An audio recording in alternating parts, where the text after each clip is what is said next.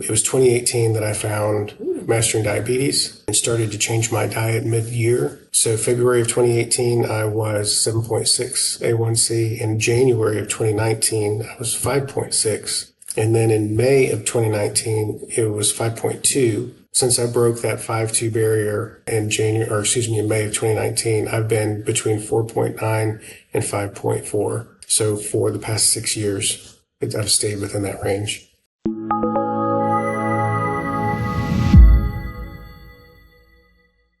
My company had a annual biometric, something they do every year to check all of your vitals. And for 3 consecutive years, my fasting blood sugar had continued to increase. It was like 160 one year, 180 the next year, and almost 200 the third year. And the nurse said, "Hey, are you a diabetic?" And I was like, "No, I'm not diabetic." And she goes, "You probably need to go see a doctor." So I went, and sure enough, my primary care said, "Yep, you're type 2. I just turned 40.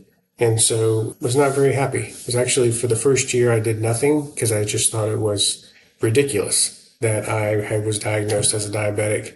I was going to the gym 4 or 5 days a week, playing racquetball 1 or 2 days a week. So over those next 6 years, minus the first year of doing nothing, the next 5 years of trying to figure it out, trying to understand what I would eat and how my body would respond, could not get a grasp and could not figure out how to control, let alone influence spikes, crashes. So I tried doing more drastic changes in diet, typical things of pulling out, all the carbs. Well, I shouldn't say flipped it, but then went to another extreme of, almost kind of a keto diet, which my body did not like at all. Meanwhile, doing research, internet research, just trying to find different things, resources. And then somewhere along the way, I bumped into Mastering Diabetes.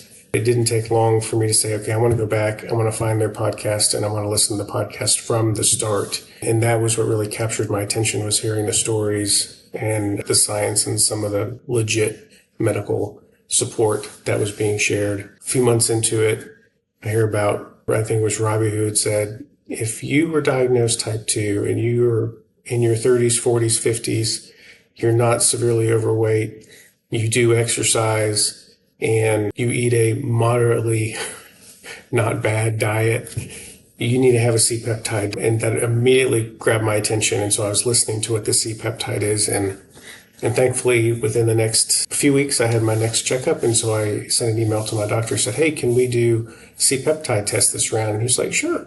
I was hoping, maybe expecting him to say, "Wow, that's a great idea. How did you hear about this test?" But no comment. So I showed up, next appointment, and he said, "Yeah, your C-Peptide came back 0.8. You're out of my care. I'm sending you to an endocrinologist." And that was the beginning of things finally starting to go in the right direction. Once I got that C-Peptide test result back, went to the endocrinologist, the first thing she said was, "You're off all the oral meds. You're on insulin." And so from that point, it was, okay, now that I understand the diagnosis, now that I understand that there's no way I ever could have controlled this, knowing that I had one specific ingredient missing, a very important ingredient missing.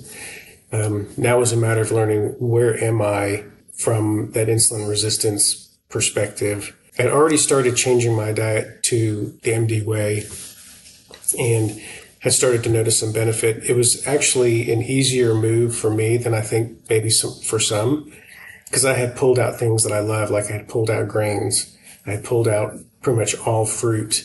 I had already done away with milk, and I had already done away with a couple other things that were considered yellow or red light foods. But I was able to bring stuff back in that I had missed. I loved rice and I loved fruit. And so to bring those back, was the positive of that way outweighed that mental of, okay, I'm not going to eat any animal product.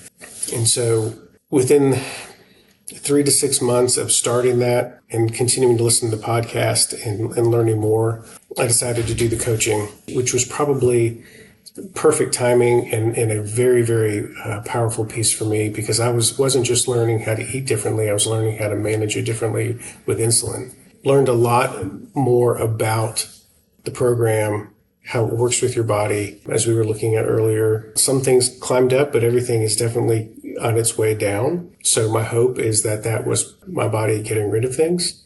And now I'm actually on the other side, right? It took 40 years to get there. So it's okay if it took 6 years to get through it. And now I pretty much know how my body's going to respond to just about anything that I eat. Anyone who says they don't have control issues generally has control issues. So I want to understand if doing this process for this outcome and we don't get that outcome, then I want to understand what went wrong in that process. What were the variabilities in that process that threw the outcome off? It was 2018 that I found Mastering Diabetes and started to change my diet mid-year. So February of 2018, I was 7.6 A1C. In January of 2019, I was 5.6. And then in May of 2019, it was 5.2. Since I broke that 5.2 barrier in May of 2019, I've been between 4.9 and 5.4. So for the past 6 years, I've stayed within that range. I can sit with people who are eating barbecue or big old sloppy hamburger I don't cringe. I don't make them feel bad. That's never helpful. But I know, man, if I was going to eat that, I would pay for that. It's just not worth it. It's just looking at it saying, been there. I know that's not the best for me. It's probably not the best for that person. And so you just want to be positive and helpful. Nobody likes to be told that what they eat is bad, right? Food is such an emotionally charged topic. And so I just look for opportunities to share if and when I get them. The coolest part for me, though, my wife said, well, if you're doing it, I'm doing it. She changed her diet completely with me. She loves to cook. She's an Italian, so Italians aren't known for their light food, light fare.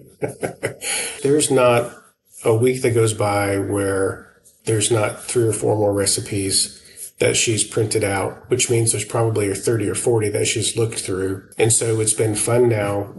With her looking for different recipes, looking for substitutions, looking for ways to see a recipe and say, nope, that's too far gone, or hey, we can swap this for that. It's been really great to have a partner. I could not imagine how hard it would have been had I not had that support. I remember hearing, and I wish I could remember who said it, it was one of the doctors, adding life to years and years to life. I see people age, some of them age really well, and some of them age not so well. There's an old saying of, if it was easy, everybody would do it. And so sometimes things just take effort, and sometimes you have to learn for yourself. And even if you baby step it, just give yourself opportunity to learn, feel, adjust. Your body will tell you. We just got to learn how to listen. Life is just too short. Way too often it's too short. It's too fragile. I would probably bet my next paycheck that there's no one who's ever been on their deathbed saying, man, I wish I would have had one more Twinkie. People always want more time. If this is the thing that gives me more time, then I'm game.